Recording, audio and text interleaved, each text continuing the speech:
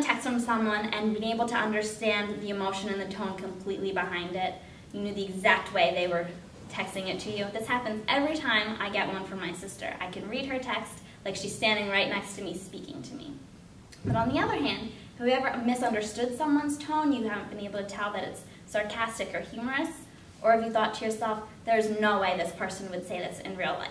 Technology today affords us with so many outlets for communication, from Facebook and Twitter to emailing and BBMing and texting, that we have the opportunity to connect and interact with people from halfway across the globe. But have all these connections changed the way we interact with each other in real life? My mom often accuses me and my siblings of having zero social skills because we're always clicking away on our cell phones and our laptops.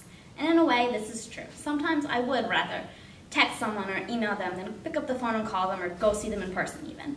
And I know that there's a lot of people who would rather just communicate over the internet or whose online personalities are vastly different than their real life ones. Now, I'm not saying digital media is the big bad wolf here. It's not. I love social media and status updates and Google chats as much as the next person. And I have met some incredible people over Twitter that I wouldn't have met otherwise. But there is still a disconnect between our online relationships and our personal ones. In a forum I found online called I Am Different Online Than I Am in Person, most members said that they were more open and honest and personal online than they were in real life. They said they were able to be themselves more and say what they wanted to say without having to really get worried about it. Keep in mind, this forum is online. This is referred to as the online disinhibition effect, in which people say and do things in cyberspace that they wouldn't ordinarily say or do in the face-to-face world. John Suller, a psychologist and a professor at Rider University, wrote a book on this behavior and cites several reasons for doing it. In online environments, people don't always know who you are or don't know you in person. You don't have to be face-to-face with someone. There's a computer screen in between you and them, and you don't have to respond in real time. You can get up, leave, come back 2 days later. Your interaction only plays out in your head, like when I heard my sister's voice while reading her text. If you're communicating through online or video games, you may come to see that interaction as a game, without normal rules, just like the one you're playing. Finally, on the internet, everyone is considered all equal. So far, we've established that people can behave differently online than they do in real life. But at the same time, you can behave differently on one form of digital or social media than on another.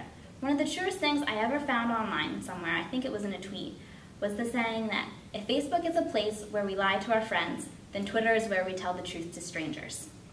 With all this social disconnect going on, how do we know if our relationships are real?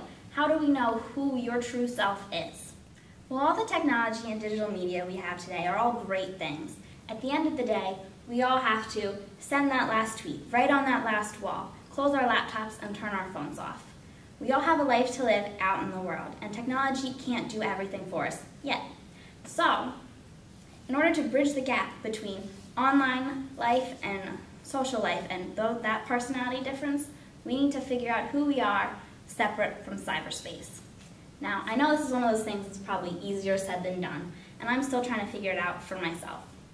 But we can start by disconnecting for a little. Take the time to spend time with your friends and your family in real life, in person, face to face. Get to know them again, in person. Experience moments as they occur, without trying to shrink them down into a tweet. I know I am guilty of this all the time, but some things are just larger than 140 characters.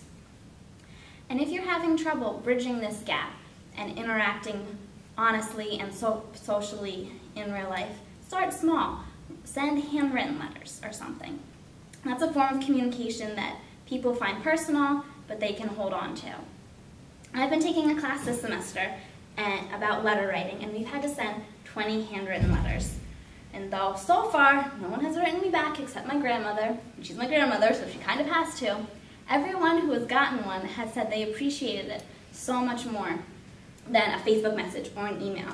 And so I'm trying to make those relationships more personal and connected. And I find it a lot harder to hide behind my own handwriting than I do behind a computer screen. By working on our personal, real-life relationships and personalities, we can then transfer those identities onto our social media sites more seamlessly. We can be the same person online that we are in person. Digital media cannot take the place of face-to-face interaction, but by working on bridging the gap between the two, we can use social media and all the new technology as a way to enhance and expand our relationships with others. Thank you.